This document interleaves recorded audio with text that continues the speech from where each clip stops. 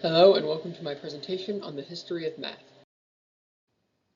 Ancient Egyptian mathematics began when the lower and upper parts united into one kingdom. This kingdom necessitated a writing and mathematical systems, and it was the domain of priests and scribes to use this new tool for architecture, infrastructure, and all manner of practical purposes. They had two number systems, hieroglyphic and hieratic. Interestingly, their fractional system used a system of parts where all fractions were represented as units, 2 divided by 3, or some combination of them. From what we know of recovered papyruses, such as the one shown on the right, they solved all manner of equations from quadratic to even, linear, and geometric. These were mostly for purposes such as rationing food. And they developed special methods, algorithms, and intense tables. They even had a specific doubling algorithm for multiplication and division. Most impressive of all was their use in geometry and architecture, as demonstrated in the pyramids they made for the great pharaohs. Interestingly enough, they even knew the area of a circle and had an approximation of pi. In ancient Mesopotamia, the Babylonians had a parallel societal development to the Egyptians. They united into one great kingdom, and this great kingdom needed a scribe class to do such things as accounting and surveying land. These scribes used a base 60 sexagesimal system, much like ours. It was very influential and led to dividing 360 degrees into a circle and putting 60 seconds in a minute and 60 minutes in an hour. These scribes left us many clay tablets that detailed extensive tables on a multitude of mathematical subjects, such as multiplication, reciprocals, and square roots. The most influential of these was Plimpton 322, that detailed the Pythagorean triples, meaning they had a knowledge of the Pythagorean theorem long before ancient Greece. Interestingly enough, there was also multiple problems of the quadratic nature, but approached geometrically, and they had pseudo-algebraic formulas for finding the square roots of numbers, among other things. These quadratic formulas was most likely used to train the minds of scribes. Most interestingly enough was their astronomical knowledge, because it produced an accurate calendar of 365 days, predicted celestial events such as an eclipse, and introduced coordinates to the sky, which was used by many other civilizations later down the line. And this was all for agricultural and religious reasons, such as the zodiac. In the era of early Greece, mathematics was in the hands of upper-class thinkers instead of an anonymous group of scribes and priests. This was because Greeks had a higher standard of living over Egypt and Mesopotamia. Especially, this was shown in their democratic city-state structure, which encouraged intellectual pursuits over practical, everyday problems. Proving propositions especially was what they were interested in, and knowing the why behind mathematics. They had many mathematicians, the first being Thales, who supposedly mined his way through a tunnel very accurately,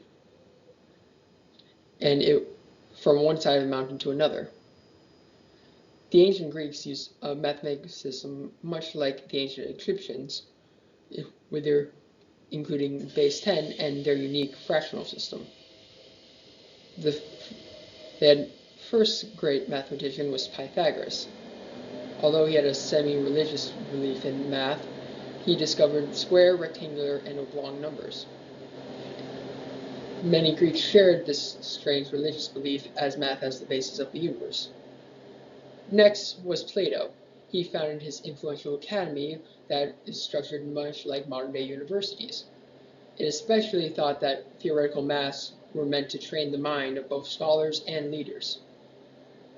Aristotle codified the principles of logical argument and really exemplifies the Greeks' attitude towards formal logical proofs. The greatest mathematician in ancient Greece was, without a doubt, Euclid. His book was the literal textbook for geometry for thousands of years. It revolutionized logic and math. It summarized most mathematics all across the Mediterranean, even in Egypt and Babylon, but approached it from a very different method. He is the prime example of the Greeks' approach to mathematics. It had well thought out axioms, precise definitions, rigorous logic, and their signature geometric methodology.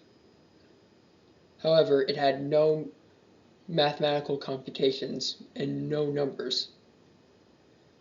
In his book, he talked about multiple topics beyond geometry, such as number theory, and even had a formula for computing the greatest common denominator and pseudo-algebraic concepts.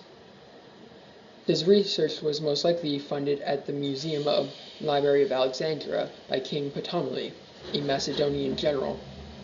So once again, Egypt funded scholarly pursuits, but with a whole new reason, beyond the practical purposes of old. This period marks a transition from Greeks to Romans being the main power in the Mediterranean. This also was a transition to a different approach to math. For instance, Archimedes, a mathematical genius and expert in the field of physics and engineering, discovered entire new methods for approaching mathematics, such as making an idealized mathematical system. And unlike his predecessors, he actually showed his method of discovery in his books. Most important was that he approximated pi through an iterative algorithm and found many important results for areas and volume, specifically finding the area under a curve and the relationship between the volumes of spheres and cylinders. In this era, there was also Polyaenus, who wrote the definitive source for curves. In it, he looked at the subject of conics systematically and reimagined curves such as parabolas, hyperbolas, circles, and ellipses as different slices of a cone, as shown on the right. In this period, it marks the last major advances in the topic of geometry. My favorite topic in this entire history is that of astronomy. It was important to almost all civilizations, both for religious and practical purposes such as agriculture. In the Greco-Roman world, the main astronomer was Claudius Ptolemy. In response to Plato's original queries, he wrote Almagest, the book that was used for 1400 years. In this book, he made major additions to the field of plane and spherical trigonometry, except he used chords instead of cosine and sine. His model of the universe produced accurate results. However, it was very wrong in that it assumed the Earth was stationary at its center.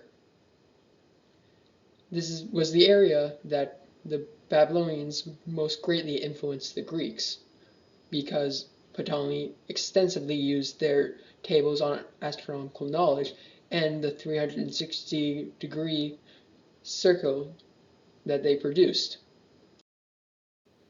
We sadly finally reached the end of Greek mathematics. The Romans were in full power, and they had a primary focus on using mathematics for surveying land and other practical reasons. However, they thought all the great discoveries were already made and had no interest in furthering their knowledge. Without government support, there was a great decline in scholarship. The last great Greek mathematician was Diophantus. He wrote Arithmetica, a book of problems, but it analyzed algebra in a way not seen before, with almost no geometric methodology. In addition, it finally introduced symbol notation, a tool in modern mathematics that has not been used in any era before. So, in the end of this all, we have gone full circle. a great united kingdom, use mathematics for practical purposes, but we now have a greater understanding and new tools. As the sun sets on Greece, it will rise again on new horizons, and can't wait to tell you about them next time.